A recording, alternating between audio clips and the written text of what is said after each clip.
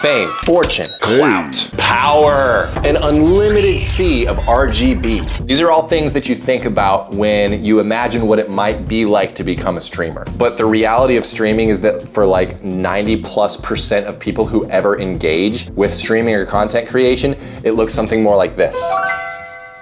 Everything's looking good on my setup. Perfect. My room is looking very stream worthy. Awesome. Time to get started. I'm kind of nervous. As soon as I click this button, there's going to be hundreds of people watching me, waiting for entertainment. But I'm ready. And now we wait for my first viewer.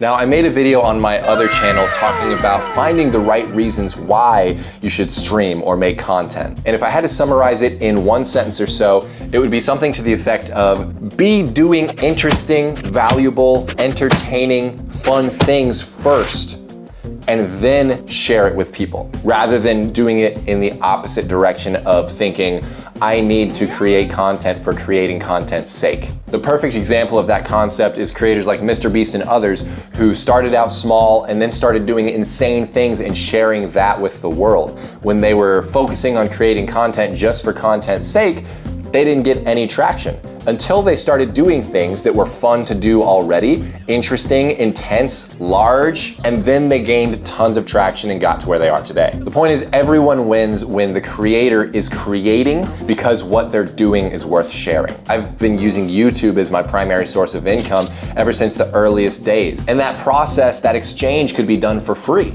Anyone could create videos and record their life or record what they were doing. I could be engaged and entertained and informed by it. Now let's skip ahead about 20 years.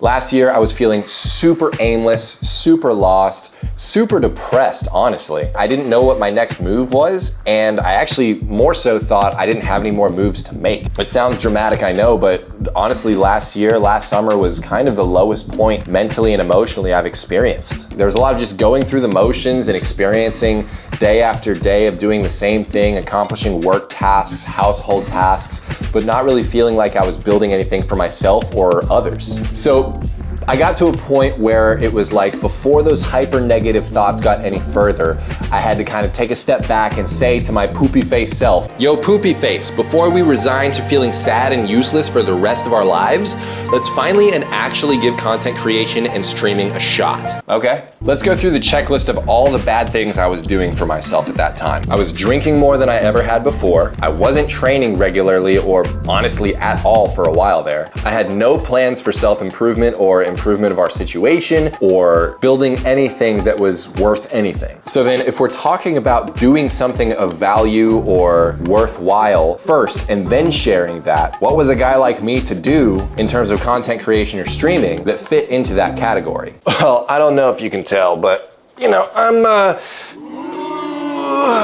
kind of a fitness guy myself. I have my degree in kinesiology, and the first half of my entire adult life was dedicated to owning a group training gym. So it made sense for me to start streaming fitness-related content. And namely, what that looked like was getting up early, turning on the camera, and streaming my workouts in the fitness and health category on Twitch. Now, we're not really here to talk numbers, but let's walk through some of the small successes that I did find in my first 30 or 40 days. So if we look at the main window of time during which I was doing a lot of streaming, we get about a month and a half of time. And during the first couple of weeks, things were pretty slow. I mean, honestly, I was pretty fortunate in the very beginning to have anybody tune into my stream, and I think it has a lot to do with starting in a really niche category of fitness and health. There's not a ton of people that hang out in there all the time. So we averaged less than 3 or so people. This was the first raid that I ever had. And that was a super fortunate day. It was really awesome. And you could tell there's a little bit of a bump in retention. My average went up to about 5 or 6, and then things stayed pretty consistent in terms of the numbers being around 5 or less moving forward. I think this was one of the last days that I did a stream, and this was the first time I took my shirt off on stream. For that, we did a physique check, so it was kind of fun. This is showing kind of my most condensed and consistent window of time. We hit 118 followers, which At 50, you get to monetize, and I think we hit that somewhere in this range over here, just in a couple of weeks or in about 1 month. Total revenue for this window, we've got 73 bucks. 73 bucks made just for turning on the camera and doing a workout in my home gym, which I really ought to be doing anyway and enjoy doing anyway.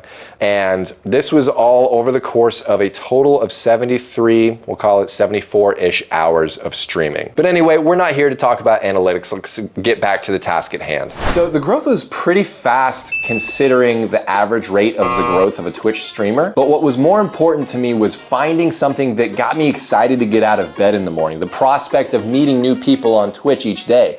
The prospect of getting a couple more followers, or reaching that milestone of becoming an affiliate and being able to actually monetize what I was doing. And with that excitement came the ability for me to develop a hyper consistent routine. And that routine helped me check off a bunch of issue areas in my life off of the list. If I was gonna stream, I had to get up early before my wife, daughter, and dogs were even out of bed. Getting up early, going to bed at a reasonable time. Check. If I was gonna get up early, I probably couldn't or shouldn't be drinking anymore. Quit drinking entirely. Check. If I was going to stream at all, I needed to find something to do that was worthwhile. Sharing my workouts and training daily. Check. If I was going to have a stream, I would have to get in the habit of learning new things and troubleshooting problems and overcoming obstacles. Developing a growth mindset. Check. So all in all, if I was going to stay consistent, I had to find something that really lit me up and motivated me to manage the challenges of rising early and troubleshooting the stream and reducing my drinking and looking positively at the future. Finding a sense of purpose. Check. And here's the best part. I followed through with that routine, and now I'm a super famous streamer with all the money and power and fame and clout and RGB that I could ever imagine. False.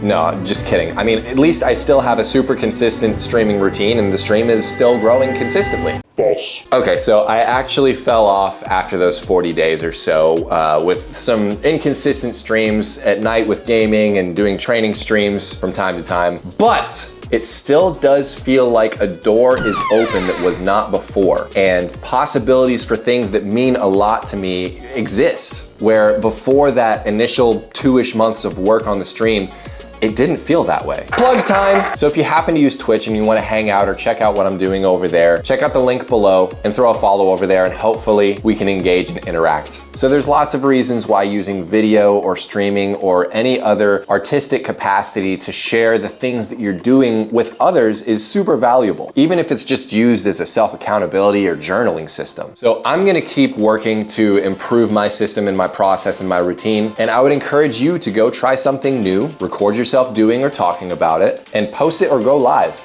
It might change your life.